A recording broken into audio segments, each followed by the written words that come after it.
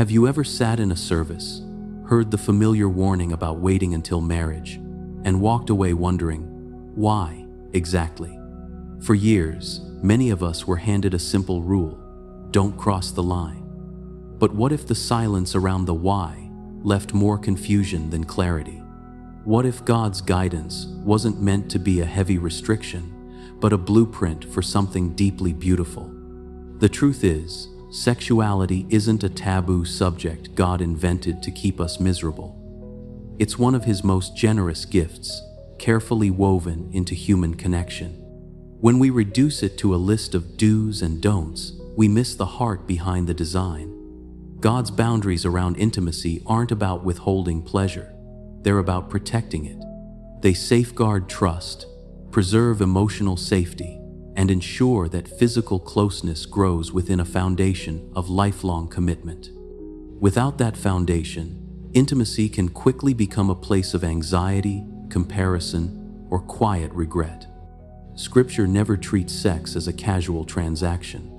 In 1 Thessalonians 4:3-5, Paul writes that God's will is for our sanctification, urging us to control our bodies in a way that is holy and honorable. The word honorable carries the weight of dignity and respect, not just for ourselves, but for the person we're with. Hebrews 13:4 calls marriage honorable and the marriage bed undefiled, highlighting how sacred this space is meant to be. Even in Genesis 2:24, physical union is immediately anchored in covenant. They will be united to one flesh. The physical is never meant to lead. It's meant to seal what has already been committed in heart, mind, and promise. I think of a young couple I'll call Mark and Elena. They grew up in church, knew the rules, but still navigated the gray areas of modern dating. When they eventually crossed lines, they promised they wouldn't.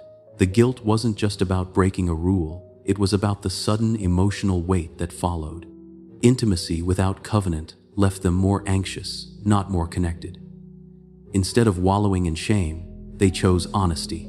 They confessed, sought wise counsel, and renewed their commitment to honor God's design. Over time, they discovered that waiting wasn't about saying no to pleasure.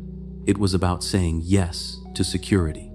When they finally stood at the altar, their physical union wasn't a first step into the unknown. It was a celebration of trust they'd already built. There's a profound difference between chasing immediate gratification and cultivating covenantal patience. Living by cultural scripts often leaves us measuring intimacy by physical milestones rather than emotional depth. But God's path asks for something braver: to let trust precede touch, to let commitment anchor closeness, and to let grace cover our missteps. The world sells intimacy as a product to be consumed. God offers it as a gift to be stewarded. So what does this look like in daily life? Reframe boundaries not as walls to keep love out, but as trellises to help it grow upward. If you're navigating past choices, bring them into the light. Confession isn't about punishment. It's about clearing the soil for new growth. Pray specifically, Lord, teach me to honor my body and others as sacred. Give me wisdom to build emotional and spiritual intimacy first. Surround yourself with mentors who model grace-filled accountability, and let your dating life reflect the patience and respect that marriage itself requires. God never designed intimacy to be a source of shame or spiritual friction.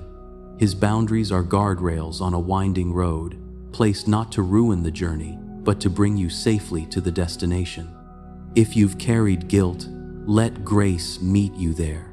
If you're standing at the crossroads of cultural pressure and biblical truth, choose the path that protects your heart and honors your future. The wait isn't empty, it's preparation. And the intimacy God designed for you, rooted in covenant, covered in grace, and anchored in love, is worth every step. Be part of the Gracelight family. Like this video, subscribe, and turn on notifications to keep growing in faith with us.